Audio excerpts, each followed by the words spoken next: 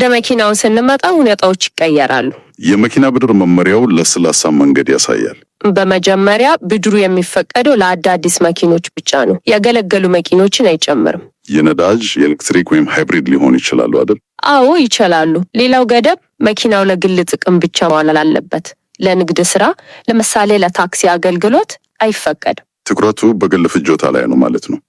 የፋይናንስ ሁኔታዎችስ ቅድሚያ ክፍያ፣ ወለድ እና የመክፈያ ጊዜ ከቤት ብድሩ ጋር ሲነጻጸር ምን ይመስላል? እዚህ ላይ ትልቅ ልዩነት አለ። ለመኪና ብድር የሚጠየቀው የቅድሚያ ክፍያ 30% ብቻ ነው። ይሄ ከቤት ብድሩ 50% ጋር ሲነጻጸር በእጅጉ የቀለለ ነው። በጣም የቀለለ ነው። ነገር ግን ወለዱ በአመት 15% ነው። ከቤት ብድሩ በ1% ይበልጣል። የመክፈያ ጊዜውስ ለምን በጣም አጠረ? ከፍተኛው የመክፈያ ጊዜ 5 ዓመት ብቻ። የቤት ብድር 10 ዓመት ሲሆን የመኪና 5 ዓመት ብቻ መሆኑ ልዩነቱ ብዙ ነው። ምክንያቱ በጣም ግልጽ ነው። ቤት በጊዜ ሂደት ዋጋው ሊጨምር የሚችል ሀብት ነው። መኪና ግን ዋጋው ይቀንሳል። ልክ ነው። እንደ ቀላጭ በረዶ ነው። ከገዙት ደቂቃ ጀምሮ ዋጋው መቅለጥ ይጀምራል። ስለዚህ ባንኩ ገንዘቡን በፍጥነት መሰብሰብ ይፈልጋል። የብድር ጣሪያውስ 10 ሚሊዮን ብር ነው። እሺ፣ የመኪናው የዋስትና አቀራረብ ከቤት ብድሩ ትንሽ የተወሳሰበ ይመስላል። አንድ ሰው 30% ከፍሎ መኪና ሲገዛ ከራሱ ከመኪናው ውጪ ሌላ ምን ዋስትና ይጠበቅበታል? አዎ፣ ይሄኛው ትንሽ ሂሳብ መስራትን ይጠይቃል። አመልካቹ የሚከፍለው የቅድሚያ ክፍያ መጠን በተጨማሪነት የሚጠየቀውን የህንፃ ዋስትና ይወስነዋል። 3 አማራጮች አሉ ማለት ነው። አዎ፣ 30% ቅድሚያ ከከፈለ ከተፈቀደለት ብድር 50% የሆነውን በህንፃ ዋስትና ማቅረብ አለበት። ቆይ ይህንን በምሳሌ እንየው። እሺ፣ አንድ ሰው የ5 ሚሊዮን ብር መኪና መግዛት ቢፈልግ 30% ማለትም 1.5 ሚሊዮን ብር በቅድሚያ ይከፍላል። ባንኩ 3.5 ሚሊዮን ብር ያበድረዋል። ልክ ነው። ታዲያ ከዚህ 3.5 ሚሊዮን ብር ላይ 50% የሆነውን ማለትም 1.75 ሚሊዮን ብር በሌላ ህንፃ ዋስትና ማቅረብ አለበት። በትክክል። ይሄማ የመኪና ብድር ለማግኘት የቤት ባለቤት መሆንን ግድ እያለ ነው። ሌሎቹ አማራጮችስ? ሁለተኛው አማራጭ 40% ቅድሚያ ከከፈለ ከብድሩ 40% የሚሆነውን በህንፃ ዋስትና ያቀርባል። 50% ቅድሚያ ከከፈለ ደግሞ ከብድሩ 30%ን ብቻ በህንፃ ዋስትና ያቀርባል። የቅድሚያ ክፍያው በጨመረው ቁጥር የሚጠየቀው ተጨማሪ ዋስትና ይቀንሳል ማለት ነው። አዎ፣ በሁሉም ሁኔታዎች ግን የተገዛው መኪና ራሱ እንደ ዋስትና ይያዛል። የባንኩ መሰረታዊ መመሪያ ግን አጠቃላይ ዋስትናው ከተሰጠው ብድር 200% መሆን አለበት የሚለው ነው። ይህንን ለመረዳት እኮ የሂሳብ ማሽን ያስፈልጋል። እሺ፣ እስካሁን የሁለቱም ብድሮች ልዩነቶች አየን። አሁን ደግሞ ለሁለቱም የሚያገለግሉ የጋራ ቅድመ ሁኔታዎችን እንመልከት። እሺ፣ ለሁሉም አመልካቾች የሚሆኑ መሰረታዊ ቅድመ ሁኔታዎች አሉ። ለምሳሌ ኢትዮጵያዊ ዜጋ መሆን፣ እድሜ ከ18 ዓመት በላይ መሆን እና ብድሩን ከፍሎ ለመጨረስ የሚያስችል እድሜ ላይ መገኘት። አዎ፣ ይህም ለደመወዝተኛ እስከ 60 ዓመት፣ ለግል ስራ ፈጣሪ ደግሞ እስከ 65 ዓመት ነው። ስለ ፋይናንስ እና የስራ ሁኔታውስ? አንድ ሰው ዛሬ ስራ ጀምሮ ነገ ብድር መጠየቅ ይችላል? በፍጹም አይችልም። አመልካቹ የባንኩ ደንበኛ ሆኖ የተረጋገጠ ወራዊ ገቢ ሊኖረው ይገባል። በጣም ወሳኙ ነጥብ ደግሞ በየትኛውም ባንክ ውስጥ ያልተከፈለ ብድር ሊኖርበት አይገባም። የስራ ልምድስ?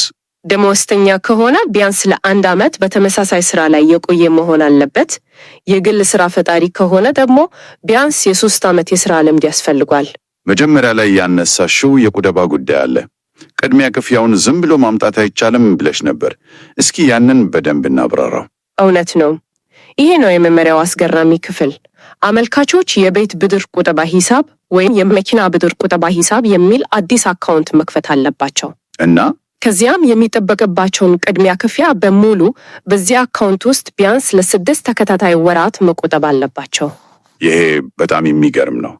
ለምንድን ነው ባንኩ ገንዘቡን በእጁ የያዘን ሰው ለ6 ወር እንዲጠብቅ የሚያስገድደው? ያው የባንኩን ስጋት ለመቀነስ ነው።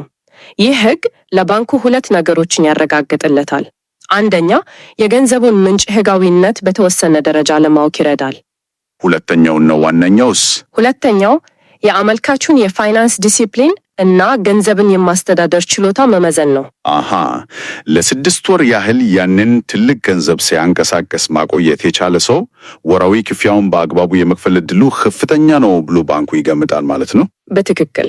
በጣም ትልቅ ስልት ነው። ስለዚህ ብድሩ ገንዘብ ላለው ብቻ ሳይሆን የፋይናንስ ትዕግስትና ዲሲፕሊን ላለውም ጭምር ነው ማለት ነው። አዎ፣ እንደዛ ማለት ይቻላል። እሺ፣ የመጨረሻው ግን ምናልባትም ወሳኙ ጥያቄ የመክፈል አቅም። ባንኩ አንድ ሰው ምን ያህል መክፈል ይችላል ብሎ የሚወስነው በምን ቀመር ነው? ይሄ የብድር አሰጣጥ ሂደቱ እምብርት ነው። ባንኩ የሚከተለው ቀላል ግን በጣም ጥብቅ ሕግ አለው። እሱ የብድር ወርሃዊ ክፍያ ከአመልካቹ ጠቅላላ ወርሃዊ ገቢ ከ1/3 መብለጥ የለበትም። እስኪ ይህንንም በምሳሌ እንየው። አንድ ባልና ሚስት በወር በድምሩ 60 ሺህ ብር ገቢ ያላቸው እንበል። እሺ፣ የዚህ 1/3 ማለት 20 ሺህ ብር ነው። ስለዚህ ለብድር ሊከፍሉ የሚችሉት ወርሃዊ ክፍያ ከ20 ሺህ ብር መብለጥ አይችልም ማለት ነው። በፍጹም። እውነተኛው የብድር ጣሪያ የሚወሰነው በዚህ ስሌት ነው። ቅድም ያየነው የ30 ሚሊዮን ብር ጣሪያ አይደለም።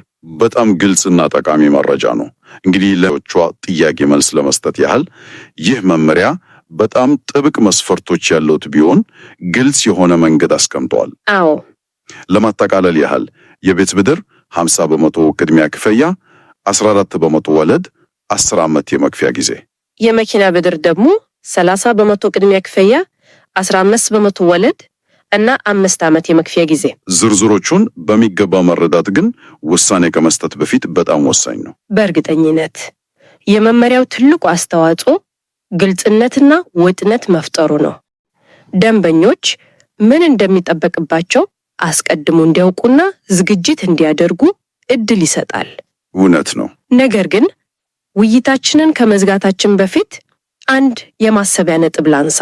እንስማው። ይህ የብድር መመሪያ የራስን ሀብት ለማሳደግ ትልቅ እድል ሊፈጥር ይችላል። ነገር ግን ከፍተኛ የቅድሚያ ክፍያ እና ጥብቅ ወርሃዊ ክፍያ የአንድን ግለሰብ ወይም ቤተሰብ የፋይናንስ ደህንነት ለረጅም ጊዜ ሊፈትን ይችላል። እና ጥያቄው ይሄ ነው።